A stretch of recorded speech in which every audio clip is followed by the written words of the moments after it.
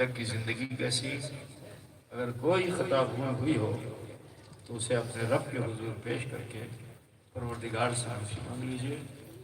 اللہ تعالیٰ غفار و غفور ہے، ہمارے آپ سب کے چھوٹے بڑے گناہوں کو معاف فرمانے والا ہے۔ اپنے ہاتھوں کو باندھ دیجیے، سر جھکائیے، دل کے آئینے میں جھانکیے، دیکھیے میرا بچپن، جوانی، بڑھاپا کیسا۔ اگر کچھ بھول خطا گناہ نظر آئے تو اسے اکٹھا کر کے ارحم الراحمین کی بارگاہ میں پیش کر۔ وہ غفور الرحیم ہے، ہمارے آپ سب کے چھوٹے بڑے گناہوں کو معاف فرمانے والا ہے۔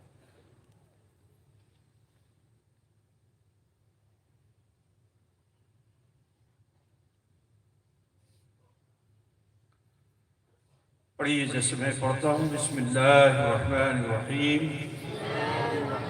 لا الہ الا اللہ محمد الرسول اللہ، اللہ ہی معبود ہے، محمد الرسول اللہ صلی اللہ علیہ وسلم اللہ کے سچے رسول ہیں۔ استغفر اللہ ربی من کل ذنب واتوب الیہ۔ اے اللہ، تیری بارگاہ سچے دل سے سب چھوٹے بڑے گناہوں سے ہم توبہ کرتے ہیں اور وسیلہ چاہتے ہیں تیرے محبوب سید عالم نور مجسم محمد مصطفیٰ محمد مصطفیٰ صلی اللہ علیہ وسلم کا اس مختصر سے وقت میں اللہ کریم نے ہم سب کے فرمایا کہ ہم نے کلمہ شریف پڑھا، استغفار کیا۔ بالکل یقین جان لیجیے اس وقت اللہ تعالیٰ نے ہم سب کو اس حال میں پہنچا دیا جیسے ماں کے پیٹ سے پیدا ہونے والا بچہ ہوتا ہے۔ ضروری ہے کہ اپنی آنے والی زندگی کو بہتر بنائیے، غلط کاموں سے اپنے آپ کو بچائیے، نیک عمل کیجیے۔ بہن بیٹیوں سے کہنا ہے کہ اپنے گھروں میں مصلی بچھائیے، نمازوں کا اہتمام کیجیے، قرآن پاک کی تلاوت کیجیے، ذکر و اذکار کیجیے۔ آپ سب سے بھی کہنا ہے کہ اپنی مسجدیں آباد کیجیے، قرآن کی تلاوت کیجیے، ذکر و اذکار کیجیے، غیبت چغلی سے بچیے، جھوٹ بولنے سے بچیے، برائی سے بچیے۔ بڑی سخت ضرورت ہے مسلمانوں، اس وقت بہت مشکل میں ہے مسلمان۔ چاہتے ہو کہ مسلمانوں کو آسانیاں ملے تو اپنی زندگی میں بدلاؤ لاؤ مسلمان، آج اس کی بڑی سخت ضرورت ہے۔ مجھے امید ہے کہ صحابہ کا مسلمان اس حقیر فقیر کی گزارش و استدعا کو ضرور قبول کرے گا اور اپنے جیون میں بدلاؤ لانے کی کوشش کرے گا، اس طرح کی زندگی گزارے گا جیسی زندگی گزارنے کا